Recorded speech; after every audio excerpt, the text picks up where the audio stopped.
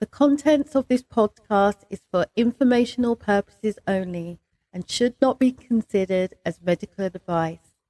If you have a specific health concern or condition, please consult a qualified healthcare professional.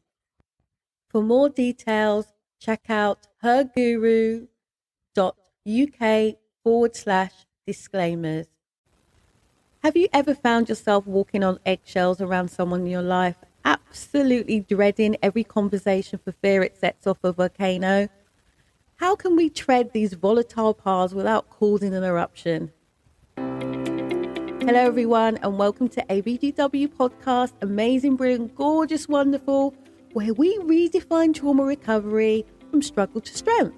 And today we have the Rapid Rockets episode. These are extra episodes designed to answer your questions about the ultimate guide to building emotional resilience and insights for trauma sufferers.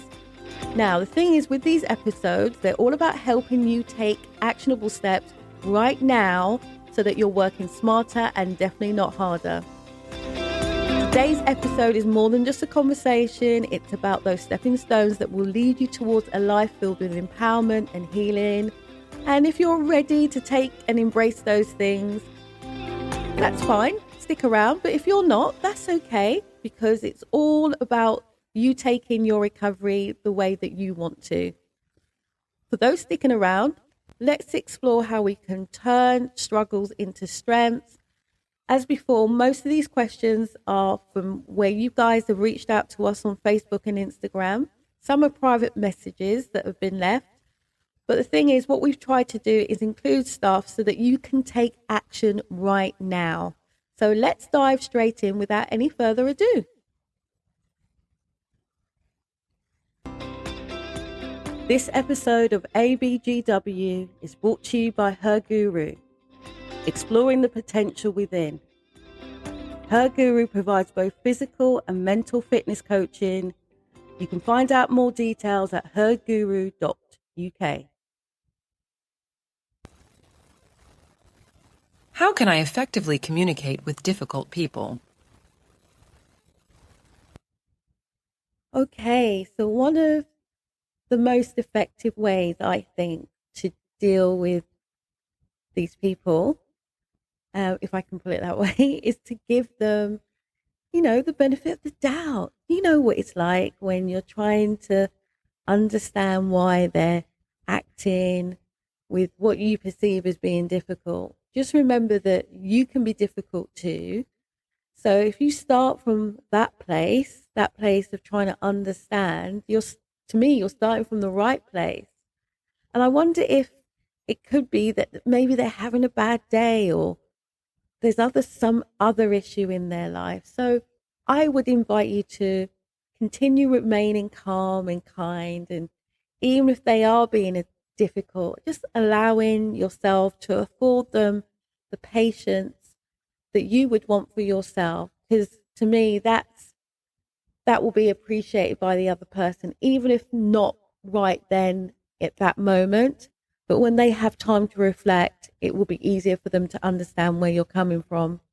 Another approach, I think, is to do what they call active listening to their concerns and frustrations. And when I say active listening, I'm not talking about the communication skills that you read in books. I'm talking about the active listening where you are present with that person and you are listening to understand not just what the words they are saying, but how they are conveying. So you're looking at their body language as well to see to get an idea of what's going on in their mind, because people show you all the time who they are, really. And we've got so used to this, just listening to what people say. No. People tell us all the time what's going on for them. So I think by giving them that chance to express themselves, you can show them that their opinions and their feelings are being heard and acknowledged. And that's cool because it allows that space to help diffuse any tension. And it also opens up more space for constructive dialogue. And the thing is, you can easily find common ground or shared interests with difficult people. you can by continuing to focus on areas of agreement. You naturally build up rapport, and you just create a more positive atmosphere for communication. And that can naturally bridge the gap between you and that person, making it easier to find common solutions and even compromises. Lastly, it's important to set clear boundaries when dealing with difficult people, or actually when dealing with any kind of person. While it's important to remain patient and understanding, it's equally crucial to be assertive so that you're clear about what your own needs and values are. I think that's one of the things we tend to forget these days, that people should be just allowed to behave the way that they want to without affording you any courtesy. And I think the least you can do is be assertive and say, these are my boundaries. Because when you do that, that can help establish a sense of respect and ensure that difficult people understand the boundaries of their behavior. So I would encourage you, when communicating with people, regardless of who they are, to use a combination of empathy, active listening, finding common ground, and setting boundaries. And by doing that, in these interactions, with that patience and compassion and understanding that you have, you can create a more harmonious and productive environment for communication in the future.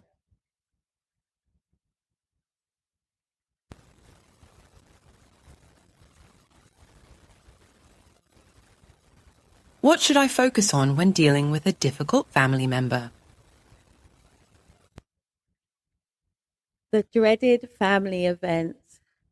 The thing is, everybody in families have people that they don't get on with some of the time.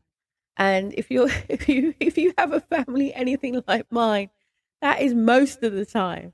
But the thing is, you have to focus on the positive aspects of people, as they're always, they're always going to be in your life.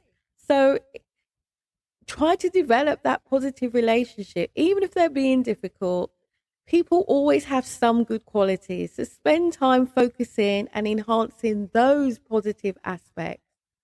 And if you have to employ some skullduggery to get that done, as long as you're not hurting anyone, do that. If they are a narcissist and you need to flatter them, flatter them. To me, I just believe that you should just be flexible. And when you focus on those good qualities, of course it's important to set boundaries when dealing with people, of course. But recognizing what behaviors and situations trigger their negativity or, their propensity to conflict is important, because once you establish clear limits and you make sure that you're protecting your emotional well-being, and this could mean limiting the amount of time that you spend with them or avoiding certain topics of conversation that tend to lead to arguments. But the thing is, you have the right to set boundaries, and when you do that, when you take control of the situation by setting those boundaries, you're ensuring that your own mental health is not compromised. The thing is, that's what I see people do often. They'll be in a situation and they feel obliged to put up with rubbish. And no, you're not obliged to put up with crap. Even if this person is an elderly family, you don't have to do it. You have to be respectful, but you don't have to put up with it. So to me, it's important that you, as hard as it is, practice empathy and understanding. And while that may be challenging, try to put yourself in their shoes, because the thing is, a lot of the time what the issues that they may have been going through and why they behave in the way that they do. And perhaps they're dealing with their own struggles or unresolved issues that you're not aware of. So I would invite you to approach the situation with empathy and try to build some common ground and build a more compassionate connection. I'm thinking of situations that I've had with my family, and a lot of them, I'll be honest with you, I haven't spoken to them for years because I couldn't bear to be even in the same room as them. That's how much I dislike them. But what I've learned as I've got older is that, we now have children. I'm a grandmother myself, and I might need my family in the future. And even if I don't need them right now, my children and my grandchildren might need them. So to me, it's about understanding the dynamics of family so that you have those insights into how to best to deal with them in those situations and how to navigate those difficult family dynamics in a way that always maintains your emotional well-being. And remember, you don't have to face these challenges alone. You can seek support from friends and family.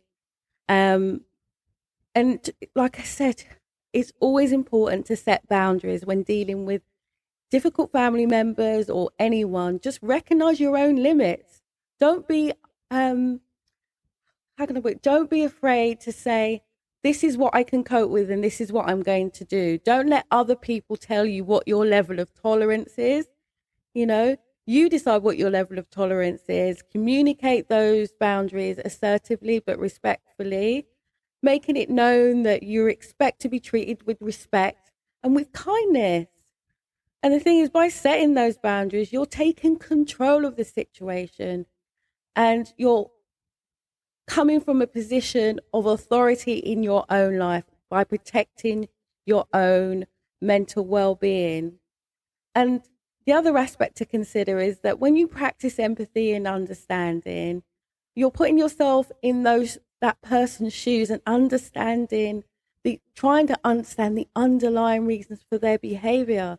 Sometimes people, it yourself, they're going through some shit, man. Do you know what I mean? But they don't always convey it in a way that is conducive to good relations. But by approaching them or trying to at least approach them with empathy, you create an environment that encourages that open dialogue. And the thing is, when you create that environment, people are more likely to open up and to do the right thing and let you know what is going on for them. So take time for yourself to engage in activities that give you joy and relaxation so that when you're then put in a situation where you're having to deal with difficult family members, you already have some built-in resilience.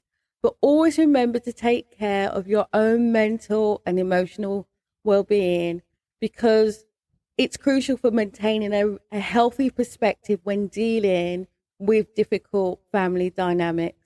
So remember self-compassion first, build the resilience that you need, make sure that you're doing all the right things to maintain the joy in your life so that when you do come up with into these situations, you've already got your force field ready.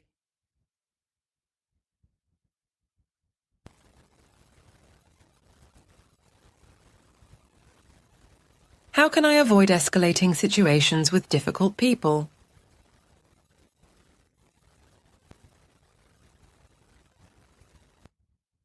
Okay, let's state the obvious here. Avoid pointing the finger. I hate when people point the finger at me or placing blame for difficult situations. The thing is, we have to just adopt that mentality that neither of you are to blame for the problem. You're just putting yourself automatically in a more creative space to help yourself gain some peace and clarity about the situation. So try not to fight the other person, but at the same time, expressing your opinions, or at least allowing yourself to express your opinion without resorting to that typical personal attack. The thing is, I grew up very self-conscious about how I looked. And the thing is, people used to always take the mickey out of me, and I used to rise to it. I have to admit that. But as I've got older, I've realized that it's better to create a space that is more respectful and appreciate that people lash out when they're going through stuff. I know it makes no sense. It's like almost like a wounded bear. You know, they're more dangerous when they're wounded. People do that. They lash out. And you have to remember that to practice empathy and compassion and try and put yourself in the other person's shoes. Is that always going to be easy? Hell no, it's not. But the thing is, you have to be the bigger person. You have to be more understanding and patient to make sure that things don't escalate. You have to take that responsibility. But you also have to let the difficult person know that their behavior is not acceptable. But you also have to tell them what is acceptable. And by doing that, you're establishing those limits, you're setting expectations, and that way you are going to reduce the opportunity for conflict. And my biggest tip is remember that when you're dealing with difficult people, it's going to be emotionally draining. So you need to make sure that you prioritize your self-care and engage in activities that help you relax and recharge, exercise, spending time with loved ones, making sure you're taking care of your own well-being to ensure that you can approach challenging situations with a more clear and composed mindset. So one of the things I always do, if I know that I'm going to be in a situation that's going to be challenging for me, I always make sure that I block off time in my calendar after that event, as close to after that event as I can reasonably do, for R&R. Because the thing is, it's going to be a challenging situation. If you were going into another challenging situation, you would block off time for rest and relaxation after that. So do that. If you know you're going to meet family and that they're likely to be difficult, block off time. You're going to the christening. I mean, I'm quite full. I'm going to a christening in a few weeks. I like with my family. Some of my family, and I know they're difficult. They are just difficult. So I'm going to block off time in my calendar the day after, the evening after the event, and the next day where I don't plan anything and it's just pure R&R, so that I can mentally recuperate and get my resilience back up.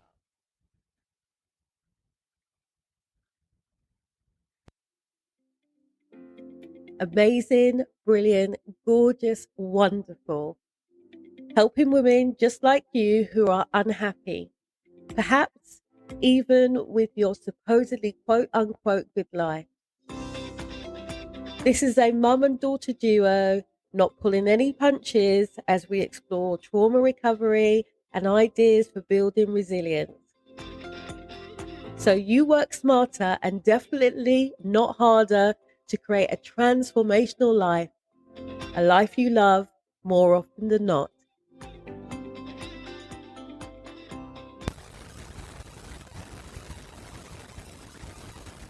How can humour help in dealing with difficult people?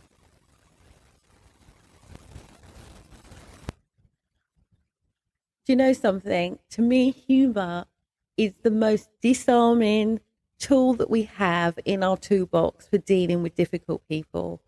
Because, it helps people just be more relaxed and more open to, finding a more positive solution to the situation. And you might have experienced, difficult situations before, that at the time seemed, troublesome. But later it turned out that they were quite humorous, and you share that story with your friends. So I would always encourage you to use humor as a way of diffusing situations and breaking down barriers and allowing people to see the lighter side of things.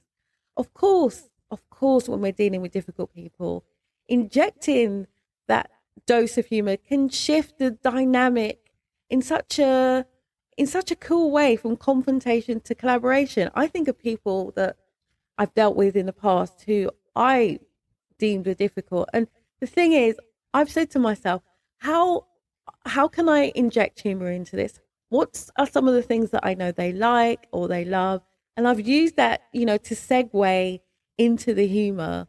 Because to me, using humor in these situations just, diffuses the hostility that sometimes people have. They come ready for a fight and you disarm them with your humor and they go, oh, it's not so bad. It's not so bad dealing with Cheryl. I think I can deal with this. And it also, kind of allows individuals to step back from, their fortress and gain a bit more perspective on the situation.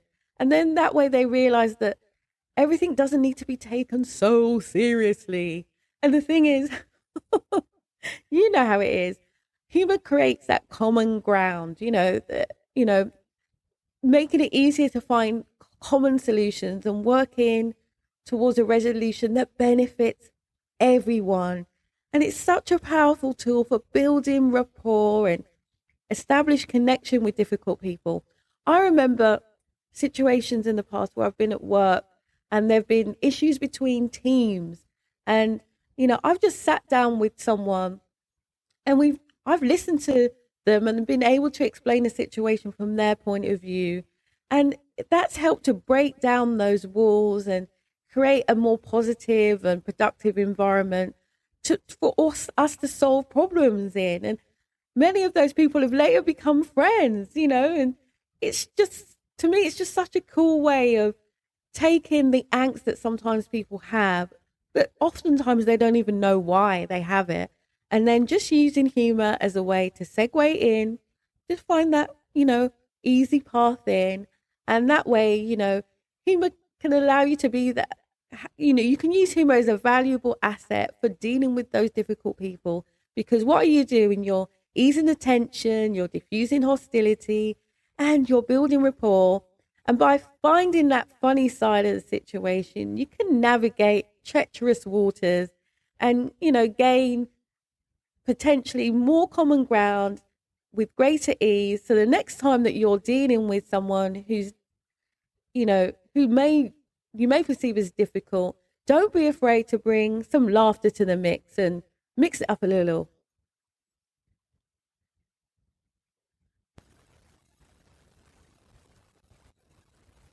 What should I do if I can't resolve issues with a difficult person?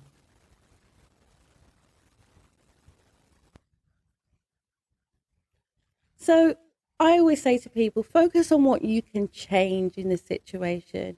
I mean, if you're dealing with a problem at work, mediation is often the best way to sort things out. Being able to explain the situation. Do you know something? It's really interesting because that reminds me, that's how lawyers work. When they go into court, criminal lawyers, what they do, well, that's what my understanding is, what they do, they get the other person's arguments and they understand them fully so that they can create the counter arguments to present your case. So that's what I would say.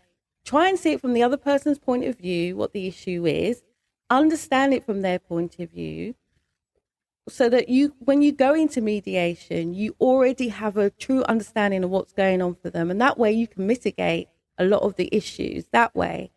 However, it's also important to understand that there's some things that you aren't able to change, and accepting that a person may always cause you difficulty can help you, I think, deal with them in a much better way. And in some cases, you just have to set clear boundaries with people so that they know where they can take it with you. A bit like dealing with a child, you have to set, I know a lot of parents think it's fashionable to be just friends with their children right now, but to me, it's really important that children understand where the boundary lies.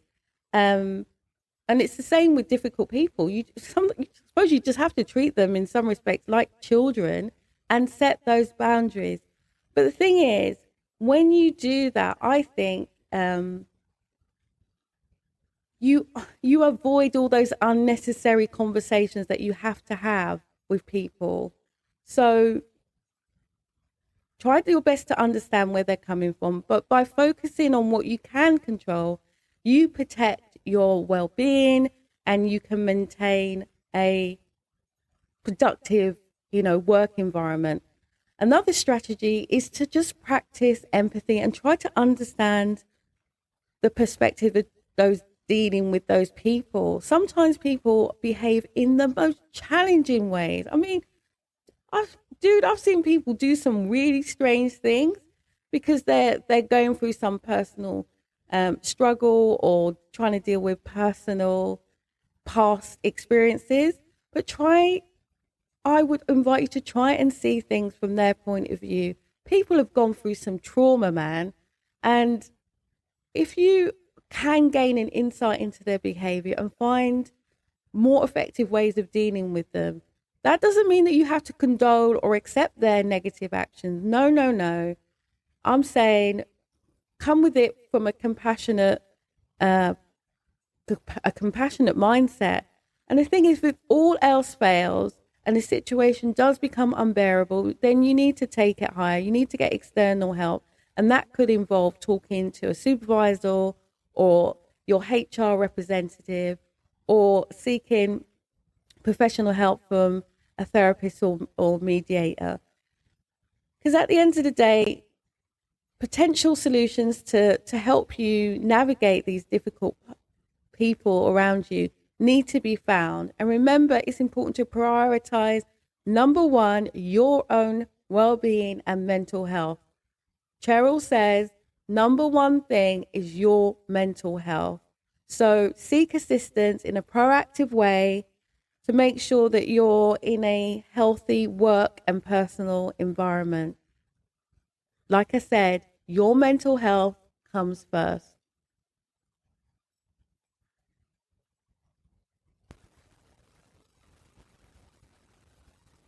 How can others help me in dealing with difficult people?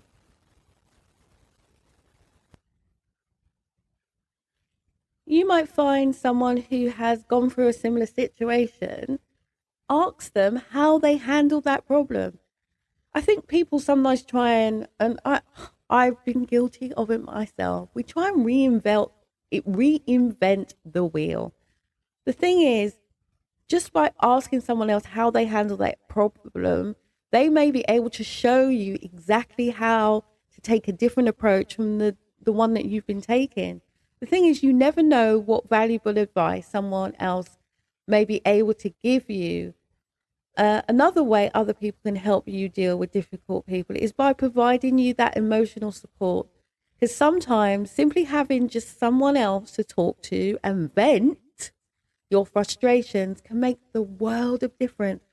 I don't understand this mindset that some people have that you're not allowed to be frustrated.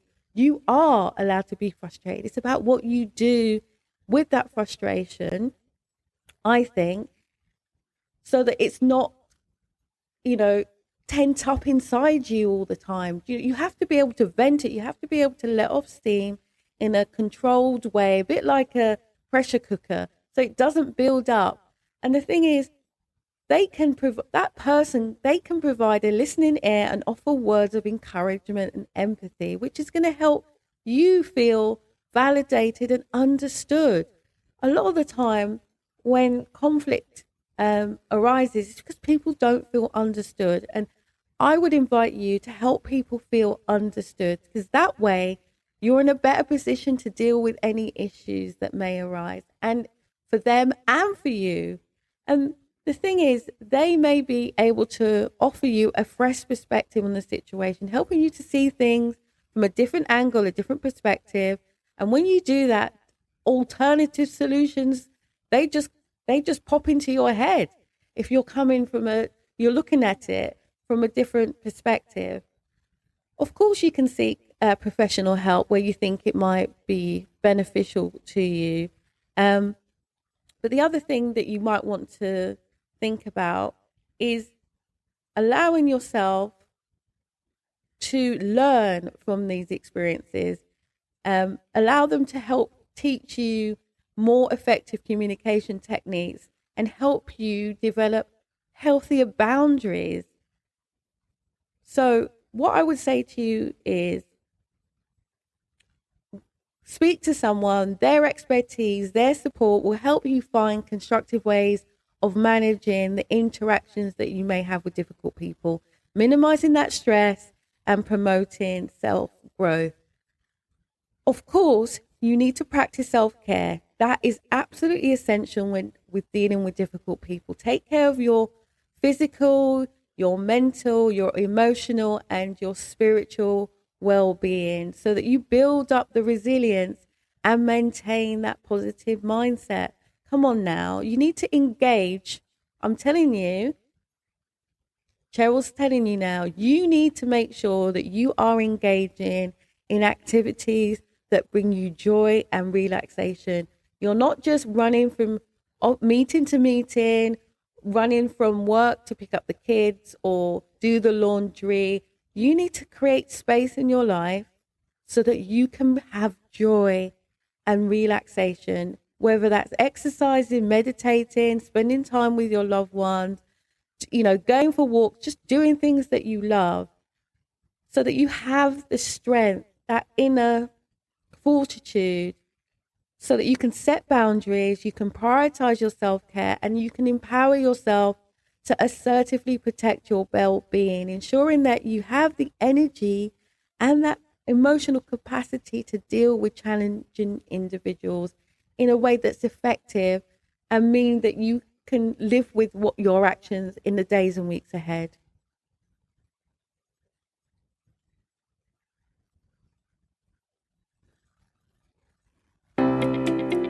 So hopefully we've calmed down those eruptions. So thank you for joining us on ABGW podcast, amazing, brilliant, gorgeous, wonderful, where we hope you found these answers useful and inspirational. Now, remember, your presence and participation is truly, truly valued. So stay tuned for more empowering content. And remember, your journey towards resilience is a masterpiece in the making. So I invite you to embrace every step with open arms and let your story shine through each actionable step, no matter how small. Remember, we always love to hear from you. So maybe leave us a comment on Facebook and Instagram. Let us know what you think and even something that you might want us to talk about. But either way, I would like to say bye for now.